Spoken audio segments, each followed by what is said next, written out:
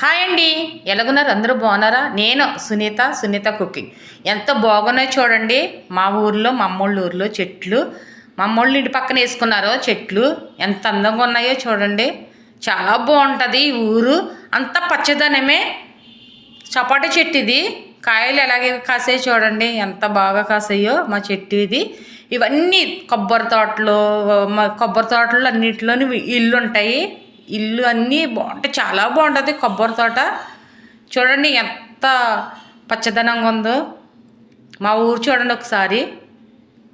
నాకు లైక్ చేయండి, కామెంట్ చేయండి, సబ్స్క్రైబర్ చేసుకోండి. చాలా మనకి ఈ వాతావరణం కూడా చాలా బాగుంటుంది ఇదంతాను. ఇవంతా చూపిస్తున్నాను మా ఊరు ఎలా ఉందో, మా అమ్మోళ్ళ ఊరు అని. నేను ఫాలో చేస్తున్నాను, ఆయిల్ పోస్తున్నాను. నేను గిన్నె పెట్టి పొయ్యి మీద గిన్నె పెట్టేసి ఆయిల్ పోస్తున్నాను. ఆయిల్ బాగా వీటెక్కాలి. పలవా సరుకులు తీసుకున్నానండి నేను. జాజిపత్రి, లవంగ, లాలిక్కాయలు ఇవన్నీ తీసుకున్నానండి. బిర్యానీ ఆకులు, మనకి పలవాలు ఏం వేసుకుంటామో అవన్నీ తీసుకున్నాను.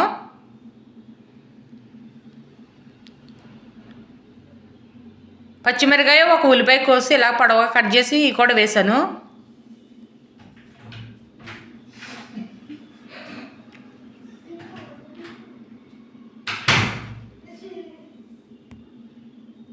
బాగా వేగనివ్వాలి.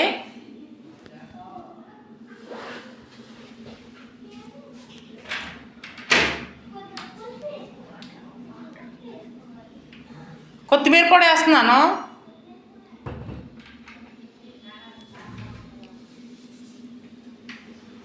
టమాటీలు వేసాను.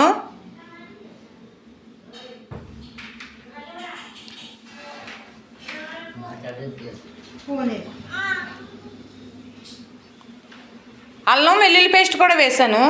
టమాటాలు వేసిన తర్వాత ఇవన్నీ బాగా బ్రౌన్ కలర్ వచ్చిన తర్వాత అల్లం వెల్లుల్లి పేస్ట్ వేసాను. ఇవి బాగా ఇవన్నీ కలుపుకోవాలి.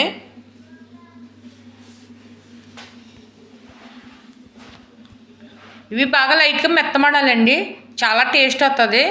అల్లం వెల్లుల్లి పేస్ట్ ఇవన్నీ.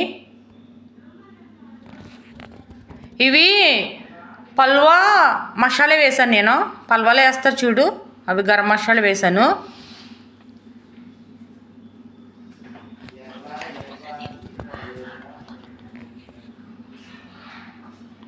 మొత్తం ఎంత ప్రాసెస్ అంతా ఇలా కలుపుకోవాలి.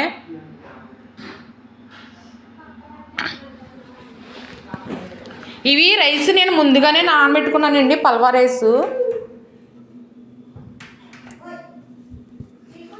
పల్వా రైసు కేజీ తీసుకున్నాను నేను. కేజీ తీసుకుని ముందుగానే ఒక గంట ముందు నానబెట్టుకోవాలి పల్వా రైస్. ఈ గిన్నెతో తీసుకున్నాను నేను. ఈ కేజీ రైస్ గిన్నె అవ్వింది. నేను ఏం చేస్తున్నానంటే వాటర్ ఈ గిన్నెడేసి ఆఫ్ వేస్తున్నాను. అంటే రైస్ గిన్నె అవ్వాయి కదా, అందుకని ఆఫ్ ఎగస్ట్రా పెంచాను నేను.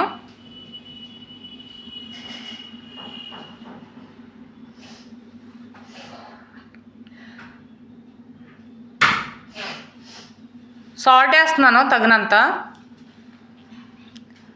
మనం ముందుగానే సాల్ట్ వేసేసుకోవాలి. మనకు ఫల్వా చేసినప్పుడు సాల్ట్ ముందుగానే వేసుకోవాలి, తర్వాత వేసుకోలేము కదా. రైస్ వేసుకుని తర్వాత రైస్ ఉడికిపోయిన తర్వాత వేసుకోలేము. ఒక నిమ్మకాయ హాఫ్ ఇలా పిండి వేస్తున్నాను. లైట్గా మనకు పుల్లగా ఉంటుంది, అందుకని వేస్తున్నాను. నీళ్ళు మరగనిచ్చిన తర్వాత ఇవి మనకి rice, biryani rice, basmati rice నీళ్ళన్నీ ఉంచేసి ఇవి వేసుకోవాలి. కేజీ తీసుకున్నానండి.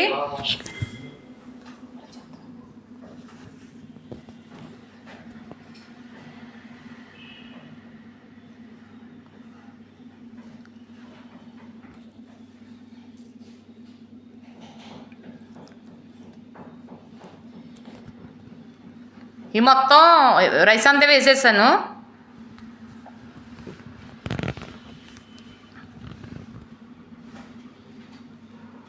ఒకసారి కలుపుకుందాం. ఎక్కువగా కలపకూడదు, రైస్ నానిపోయి ఉంటుంది కదా. మనకు నాన్ ఉంటుంది కాబట్టి రైస్ లైట్గా ఇటు అటు కలుపుకోవాలి.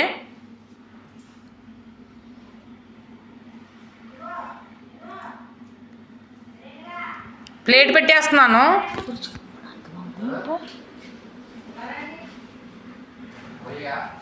నేను అల్లం వెల్లుల్లి పేస్ట్ వేసాను కదా, అది ఇలాగా సందికాయల్లో నూరుకోవాలి.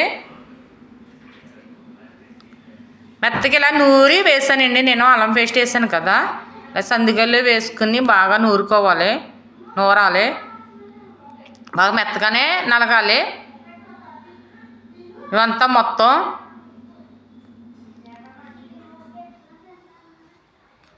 ఒకసారి చూద్దాం. రైసు ఇలా ఉడుకుతుంది, ఇలా ఉడకనివ్వాలి.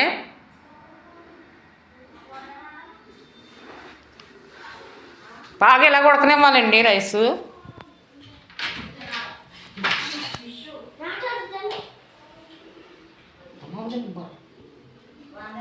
అందుకు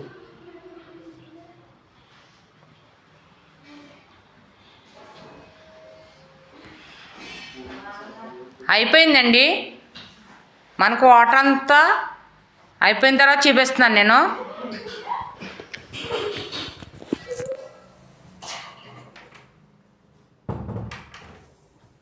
ప్లేట్లో పెడుతున్నాను.